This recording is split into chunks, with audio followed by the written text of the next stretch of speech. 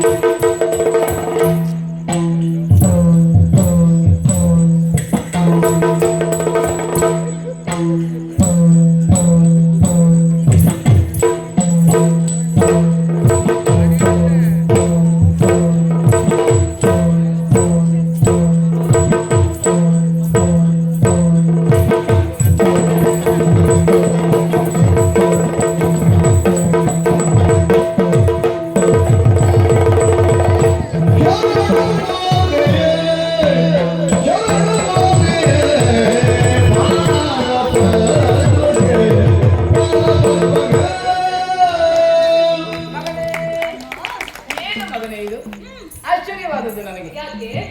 ಆಟದಂಗಳಕ್ಕೆ ಹೋದವ ನೀನು, ಹೌದಾ?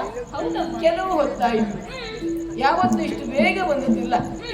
ಹಸಿವಾಯಿತಾ ಓಡಿ ಬರುವವ ನೀನು, ಆದ್ರೆ ಇವತ್ತು ಇಷ್ಟು ಬೇಗ ಬಂದಿದ್ದೀಯಲ್ಲ ಮಗನ, ಏನಾಯ್ತು? ಬರುವುದಕ್ಕೆ ಕಾರಣ ಇದೆ ಅಮ್ಮ. ನಿನ್ನನ್ನು ನಾನು ಯಾವಾಗ ಕಾಣುತ್ತೇನೆ, ನಿನ್ನಲ್ಲಿ ನನ್ನ ಮನಸ್ಸಿನಲ್ಲಿ ಮೂಡಿದಂತಹ ಗೊಂದಲಗಳನ್ನು ಯಾವಾಗ ಪರಿಹರಿಸಿಕೊಳ್ಳುತ್ತೇನೆ. ಗೊಂದಲ ಏನಮ್ಮ? ನಾನು ಕಾಯುತ್ತಾ ಇದ್ದವನು, ಹೌದಾ? ಆದಷ್ಟು ಬೇಗ ಆಟದ ಅಂಗಳದಿಂದ ಓಡೋಡಿ ಓಡೋಡಿ ಓಡೋಡಿ ಬಂದು ಪಾಲಕ ಮನೆಗಳಿಗೆ ಉತ್ತರಿಸಿದವನು ನಾನು. ಸರಿ ಮಗನೇ, ಏನದು ಮಗನೇ? ಬಗೆ ಬಗೆಯಲ್ಲಿ ನಮಸ್ಕಾರ. ಏನಿದೆ ನಿಮಗೆ ನಮಸ್ಕಾರದಲ್ಲಿ ಏನಾದರೂ ಚಮತ್ಕಾರ ಉಂಟಾ? ಖಂಡಿತವಾಗಿಯೂ ಇಲ್ಲ ಅಮ್ಮ. ಹಿರಿಯರು ಹೇಳಿದ ಮಾತನ್ನು ನಾನು ಕೇಳಿಸಿಕೊಂಡಿದ್ದೇನೆ. ಏನು? ತಾಯಿಯೇ ದೇವರು, ತಾಯಿಗಿಂತ ಮಿಗಿಲಾದಂತಹ ಬಂಧು ಇಲ್ಲ, ಗುರು ಇಲ್ಲ, ದೇವರಿಲ್ಲ ಎನ್ನುವ ಹಾಗೆ. ಹೌದು. ಆದ್ದರಿಂದ ನಿಮಗೆ ಅದೆಷ್ಟು ಬಾರಿ ನಾನು ನಮಸ್ಕಾರ ಮಾಡಿದರೂ ಕಡಿಮೆ ಆಗುತ್ತದಮ್ಮ. ಸರಿ ಮಗನೇ, ನಮಸ್ಕಾರಕ್ಕೂ ಒಂದು ಕಾರಣವೂ ಇದೆ. ಏನದು? ಅಮ್ಮ, ಎಂದಿನಂತೆ ಮಕ್ಕಳೊಂದಿಗೆ ಆಟ ಆಡುತ್ತಾ ಇದ್ದವನು ನಾನು. ಆಟ ಆಡುತ್ತಾ ಇರುವಂತಹ ಸಂದರ್ಭದಲ್ಲಿ ಪ್ರಕೃತಿಯನ್ನು ದಿನನಿತ್ಯವೂ ವೀಕ್ಷಣೆಯನ್ನು ಮಾಡುತ್ತಾ ಇದ್ದವನು ನಾನು. ಪ್ರಕೃತಿಯಿಂದ ಹಲವಾರು ವಿಷಯಗಳನ್ನು ನಾನು ಕಲಿತ ಬಂದಿದ್ದೇನೆ ಅಮ್ಮ. ಒಂದು ದಿನ ಒಂದು ಹೂ ಅರಳಿತ್ತು ಗಿಡದಲ್ಲಿ. ಆ ಗಿಡದಲ್ಲಿ ಅರಳಿದಂತಹ ಹೂವಿನಲ್ಲಿ ಬಂದಂತಹ ಮಕರಂದವನ್ನು ಸವಿಯುವುದಕ್ಕಾಗಿ ಚಿಟ್ಟೆಯೊಂದು ಬಂತು. ಮರುದಿವಸ ನಾನು ಹೋಗಿ ನೋಡಿದೆ, ಆ ಹೂವು ಹಣ್ಣಾಯಿತು. ಅದರ ನಂತರದ ದಿವಸ ಆ ಹಣ್ಣು ಕಾಯಿ ಹಣ್ಣಾಯಿತಮ್ಮ. ಕಾಯಿ ಹಣ್ಣಾಯಿತು. ಅಲ್ಲೇ ನನ್ನ ಮನಸ್ಸಿನಲ್ಲಿ ಸಂಶಯವು ಮೂಡಲು ಆರಂಭಿಸಿತು. ಪುನರಪಿ ದಿನನಿತ್ಯವೂ ಪ್ರಕೃತಿಯನ್ನು ನಾನು ವೀಕ್ಷಣೆ ನಡೆಸುತ್ತಾ ಬಂದ ಹಾಗೆ ಒಂದು ದಿವಸ ಎರಡು ಜಿಂಕೆಗಳು, ಒಂದು ಹೆಣ್ಣು ಜಿಂಕೆ ಮತ್ತೊಂದು ಗಂಡು ಜಿಂಕೆ, ಸ್ವಚ್ಛಂದವಾಗಿ ವಿಹರಿಸುತ್ತಾ ಇತ್ತು. ಅದೇ ಜಿಂಕೆ ಸ್ವಲ್ಪ ಸಮಯ ಕಳೆದ ನಂತರ ಪುಟ್ಟದಾದಂತಹ ಮರಿಯೊಂದಿಗೆ ಬಂತಮ್ಮ. ಆಗ ನಾನು ತಿಳಿದುಕೊಂಡದ್ದಾದರೂ ಏನು? ಪ್ರಕೃತಿ ಹಾಗೂ ಪುರುಷರ ಸಮ್ಮಿಲನದಿಂದಾಗಿ ಹೊಸದಾದಂತಹ ಸೃಷ್ಟಿಯೊಂದು ಜಗತ್ತಿನಲ್ಲಿ ಆಗುತ್ತದೆ ಎಂಬುದಾಗಿ. ಹೌದು ಮಗನೇ, ಹೌದಲ್ವೇ ಅಮ್ಮ? ಇಂದು ನಾನು ಒಂದು ಪ್ರಶ್ನೆಯನ್ನು ಕೇಳಲೇಬೇಕಮ್ಮ. ಅದೆಷ್ಟೋ ಸಮಯದಿಂದ ನಾನು ಕೇಳಬೇಕು ಕೇಳಬೇಕು ಎಂಬುದಾಗಿ ಹಂಬಲಿಸುತ್ತಿದ್ದಂತಹ ಪ್ರಶ್ನೆ. ಯಾವ ಪ್ರಶ್ನೆ ಮಗನೇ ಅದು? ಅದಕ್ಕೆ ಇಂದು ಸಕಾಲ ಅಮ್ಮ. ನಾನು ನಿಮ್ಮ ಹೊಟ್ಟೆಯಲ್ಲೇ ಹುಟ್ಟಿದ್ದಲ್ವೇ ಅಮ್ಮ? ಹೌದು. ಹಾಗಿದ್ರೆ ನಾನು ಹೇಗೆ ಹುಟ್ಟಿದ್ದೆ? ನನಗೊಬ್ಬ ಜನ್ಮದಾತ ಬೇಕಲ್ಲವೇ? ಅವರು ಎಲ್ಲಿ ಹೋದ್ರು? ಅಲ್ಲ, ಅವರು ನಮ್ಮ ಪಾಲಿಗೆ ಇಲ್ಲವೇ ಇನ್ನು ಮುಂದೆ? ಮಗು, ಅವರು ಇದ್ದರೆ ಅವರು ಎಲ್ಲಿದ್ದಾರೆ? ಯಾಕೆ ಇದುವರೆಗೆ ನಮ್ಮನ್ನು ನೋಡುವುದಕ್ಕೆ ಬರಲಿಲ್ಲ? ಎಲ್ಲವನ್ನು ನನಗೆ ಹೇಳ್ತೀಯಾ ಅಮ್ಮ? ಮಗನೇ, ತಂದೆ ಯಾರು ಎನ್ನುವಂತ ಪ್ರಶ್ನೆ ಅಲ್ವಾ? ಹೌದು. ಇಲ್ಲಿಯವರೆಗೆ ಆ ಸಂದರ್ಭವನ್ನು ಅದಿಗೆ ಬರಲಿಲ್ಲವಾಗಿತ್ತು, ನಿನ್ನನ್ನು ಹೇಳಬೇಕು ಏನೋ ಹಾಗೆ. ಈಗ ನೀನಾಗಿ ಕೇಳ್ತಾ ಇದ್ದೀಯಲ್ಲ, ಖಂಡಿತ ಹೇಳ್ತೇನೆ. ಅದು ಒಪ್ಪಿಸಿಕೊಂಡು ಹೇಳಬಹುದು. ಶ್ರೇಷ್ಠವಾದಂತಹ ಚಂದ್ರವಂಶದ ಕುಡಿ ನೀನು. ಚಂದ್ರವಂಶದಲ್ಲಿ ಉದ್ಭವಕ್ಕೆ ಬಂದವರು ಪಾಂಡವರು. ಅದರಲ್ಲಿ ಎರಡನೇವನಾದಂತಹ ಭೀಮಸೇನ ಹಾಗೂ ಹಿಡಿಂಬೆಯರ ಪುತ್ರ ಘಟೋತ್ಕಚ. ಘಟೋತ್ಕಚ ಮಗನೇ, ಹೌದು, ಹೆಮ್ಮೆಯಿಂದ ಹೇಳಿಕೊಳ್ಳಬಹುದು ಮಗನೇ, ನನ್ನ ತಂದೆ ಇಂಥವರು ಎನ್ನುವ ಹಾಗೆ. ನಿನ್ನ ಪ್ರಶ್ನೆಗೆ ಉತ್ತರ ಸಿಕ್ಕಿದ್ದಲ್ಲ, ಇದೆ ಅಲ್ವಾ? ಅಮ್ಮ, ಹಿನ್ನೆಲೆ ಎಂಬುದು ನನಗೆ ಗಟ್ಟಿಯಾಗಿದೆ ಎಂಬುದಾಗಿ ಅರ್ಥ ಆಯಿತು. ಆದ್ರೆ ಭವಿಷ್ಯದ ಬಗ್ಗೆ ಚಿಂತನೆ ಮಾಡಬೇಕಲ್ಲ. ಭವಿಷ್ಯದ ಬಗ್ಗೆ ಹೌದಮ್ಮ.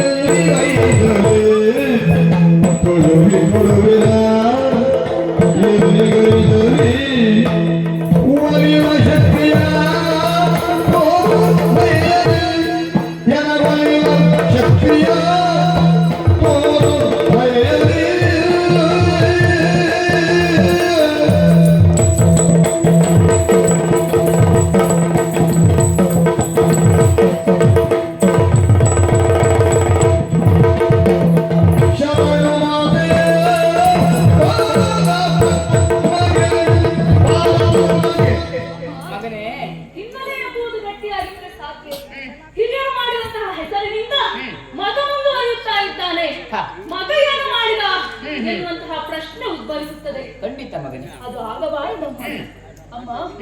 ನನ್ನ ಅಪ್ಪಂದಿರಾಗಲಿ ನನ್ನ ತಾತಂದಿರಾಗಲಿ ಎಷ್ಟೇ ಸಾಹಸಿಗಳಾಗಿದ್ದರೂ ಕೂಡ ಮಗನಾದ ನಾನು ಬರ್ಬರಿಕ ಜೀವನದಲ್ಲಿ ಸಾಧನೆಯನ್ನು ಮಾಡಿದ ಆತ ಶ್ರೇಷ್ಠನಿದ್ದಾನೆ. ಆತನನ್ನು ಮೀರಿಸುವವರು ಯಾರೂ ಇಲ್ಲ. ಆತನಿಗೆ ಎಲ್ಲ ವಿದ್ಯೆಗಳು ತಿಳಿದಿದೆ ಎಂಬುದಾಗಿ ಪ್ರಪಂಚ ಮುಂದೊಂದು ದಿನ ಕೊಂಡಾಡಬೇಕು ಅಂತ ಆದ್ರೆ ಖಂಡಿತ ಕೊಂಡಾಡಬೇಕು ಮಗನೇ. ಹಾಗಾದ್ರೆ ವಿದ್ಯೆ ಎನ್ನುವುದು ಅಗತ್ಯ ತಾನೆ. ಹೌದು, ವಿದ್ಯೆಯನ್ನು ಹೇಳಿಕೊಡುವವರು ಯಾರಿದ್ದಾರಮ್ಮ? ಸೂಕ್ತವಾದಂತಹ ಗುರುಗಳ ಮಾರ್ಗದರ್ಶನವಿದ್ದರೆ ಎಲ್ಲಿ ಹೋದರು ಏನೇ ಮಾಡಿದರು ಗೆಲ್ಲುವುದಕ್ಕೆ ಸಾಧ್ಯ ಎಂಬುದಾಗಿ ಭದ್ರವಾಗಿ ನಂಬಿಕೆ ಇಟ್ಟವನು ಈ ಬರ್ಬರೀಕರಿದ್ದಾನೆ. ವಿದ್ಯೆಯನ್ನು ಕಲಿಯಬೇಕೆನ್ನುವಂತ ಆತುರ ನಿನಗೆ ಮಗನೇ. ಖಂಡಿತ ಆ ಬಗ್ಗೆ ನೀನು ಆಲೋಚನೆ ಮಾಡುವುದು ಬೇಡ. ಸರಿಯಾದ ಕಾಲಕ್ಕೆ ಸರಿಯಾದ ಗುರುಗಳನ್ನು ತೋರಿಸಿ ನನಗೆ ಮಾರ್ಗದರ್ಶನವನ್ನು ನೀಡಿ ವಿದ್ಯೆಯನ್ನು ಕಲಿಸುವುದಕ್ಕೆ ನಾವು ಬದ್ಧರಾಗ್ತೇವೆ. ಆ ಬಗ್ಗೆ ನೀನು ಆಲೋಚನೆ ಮಾಡುವುದು ಬೇಡ. ಈಗಲೇ ಹಠ ಮಾಡಬಾರದು. ಜನರಿಯೊಂದು ಮುನೆ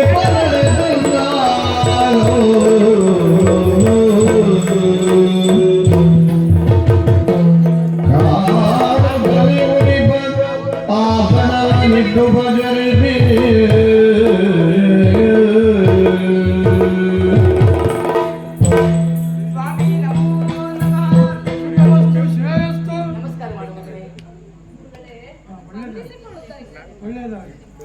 ನಿಮ್ಮಂತವರ ದರ್ಶನ ಅಂತ ಹೇಳಿದ್ರೆ ನಮ್ಮ ಪಾಲಿನ ಯೋಗವೇ ಅಂತ ಭಾವಿಸಿಕೊಡ್ತೇನೆ. ನಿಮ್ಮನ್ನ ನೋಡಿದ್ರೆ ಮಹಾತ್ಮರು ಎನ್ನುವುದರಲ್ಲಿ ಯಾವುದೇ ಅನುಮಾನ ಇಲ್ಲ. ಒಳ್ಳೆ ಸಂತೋಷ ಆಯಿತು. ಹಾಗಂತ ನಿಮ್ಮನ್ನು ಇಲ್ಲಿಯವರೆಗೆ ನಾನು ನೋಡಿದ್ದಿಲ್ಲ. ನಿಮ್ಮಲ್ಲಿ ಕೇಳಬಾರದು, ಅದು ಎಲ್ಲಿಗೆ ಹೋಗುವವರು, ಎಲ್ಲಿಂದ ಬಂದವರು, ನಿಮ್ಮ ಪರಿಚಯವನ್ನೇ ಹೇಳ್ತೀರಾ. ಲಾಲಿಸೋ ಕಲ್ಯಾಣಿ ವಿಜಯನೆಂಬರು ಎಲ್ಲ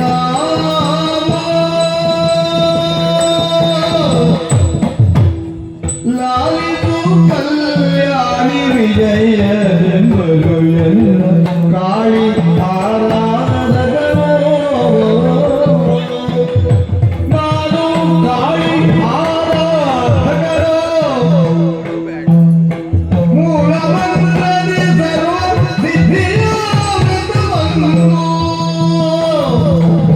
ಮೂಲಮಂತ್ರದಿ ಸರ್ವ ಸಿದ್ಧಿಯ ವ್ರತವನ್ನು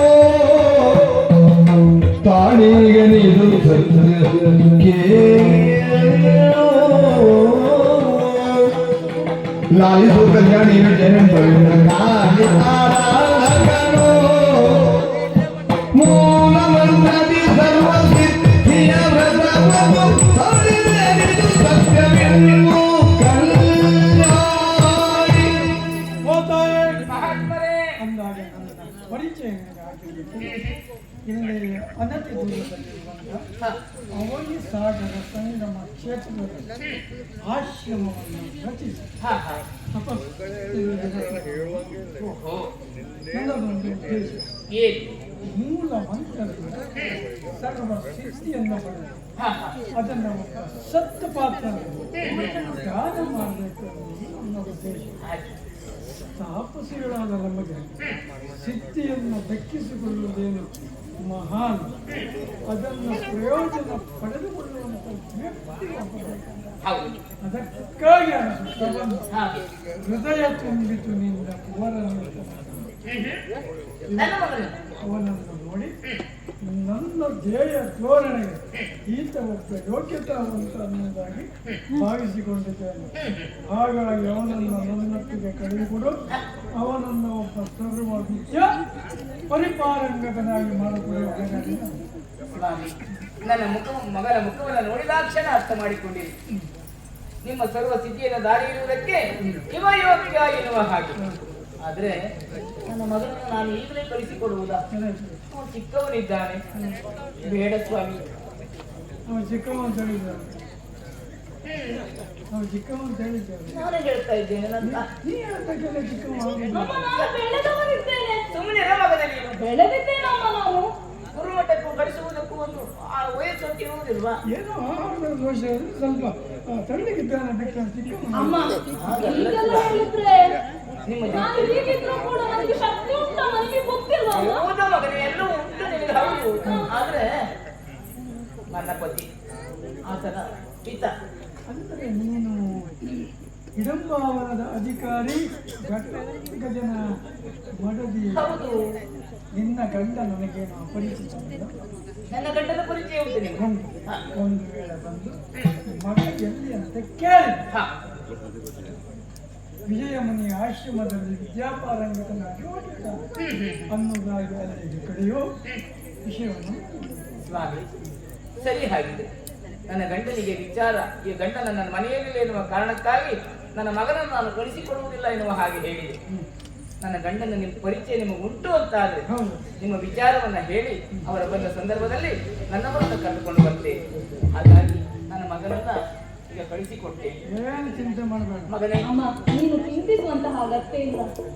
ನೀವು ಇವರು ಬರುವಾಗಲೇ ಕಪಟಿಯ ಎನ್ನುವಂತಹ ಭಾವನೆ ನಿಮ್ಮ ಮುಖದಲ್ಲಿ ಮೂಡಿತು. ಗಡ್ಡ ನೋಡ್ಕೊಂಡು ತಿಳ್ಕೊಳ್ಳೋದು. ಆದ್ರೆ ಇವರು ಕಪಟಿ ಅಲ್ಲ ಅಮ್ಮ. ಅವರ ಮಾತಿನಿಂದ ಎಲ್ಲವೂ ಅರ್ಥ ಆಯಿತು. ಅರ್ಥ ಆಗಿದೆ ಮಗನೇ, ಅರ್ಥ ಆಗಿದೆ. ಆದ್ದರಿಂದ ಇವರೊಂದಿಗೆ ನನ್ನನ್ನು ಕಳುಹಿಸಿ ಕೊಟ್ರಿ ಅಂತ ಆದ್ರೆ ಸಕಲವನ್ನು ಕಲಿತು ನಾನು ಬರುವವನಿದ್ದೇನಮ್ಮ.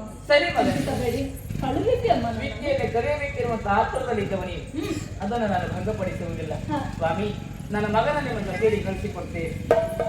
ನಮೋ ನಮಃ. ಒಳ್ಳೆಯದಾಗಲಿ.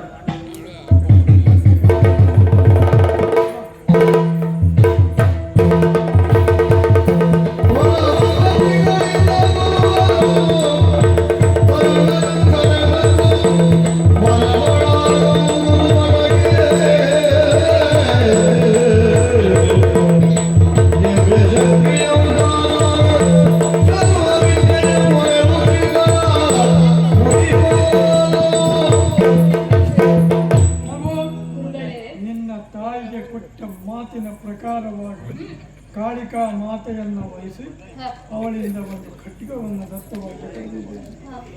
ಈ ಖಡ್ಗದ ವಿಶೇಷ ಏನು ಗೊತ್ತಿಲ್ಲ. ಏನು ಗುರುಗಳೇ? ಈ ಖಡ್ಗವನ್ನು ಹಿಡಿದು ಈ ರಣದ ಹಳ್ಳಿಯಲ್ಲಿ ಹೋರಾಟಕ್ಕೆ ನಿಂತು ನಿನ್ನನ್ನು ಗೆಲ್ಲುವ ಪ್ರತಿ ದೊಡ್ಡ ಮತ್ತೊಬ್ಬನಿದೆ. ಹೌದೇ? ಆದರೆ ಇದನ್ನು ನಿನಗೆ ಕೊಡ್ತಾ ಇದ್ದೇನೆ. ಆಗಲೇ ಈಗ ನಿನ್ನಿಂದ ಇನ್ನೊಂದು ಕೆಲಸ ಆಗಬೇಕು. ಏನು? ನನಗೆ ಇಲ್ಲಿ ಗಜಕರ್ಣನ ತೊಂದರೆ ಉಂಟು. ತುಳಿಸುವುದು ಯಾಕೆ ಗುರುಗಳೇ?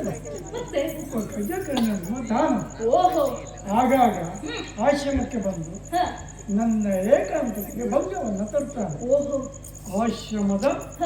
ಶಾಂತತೆಗೆ ಭಂಗ ಬಾರದ ರೀತಿಯಲ್ಲಿ ಹ. ಅವನನ್ನು ನಿಗ್ರಹಿಸಿ ಆಶ್ರಮವನ್ನು ರಕ್ಷಿಸುವ ಹೊಣೆಗಾರಿಕೆ ಇದೆ. ಆಗಲಿ ಗುರುಗಳೇ, ರಕ್ಷಿಸುವವನಿದ್ದೇನೆ.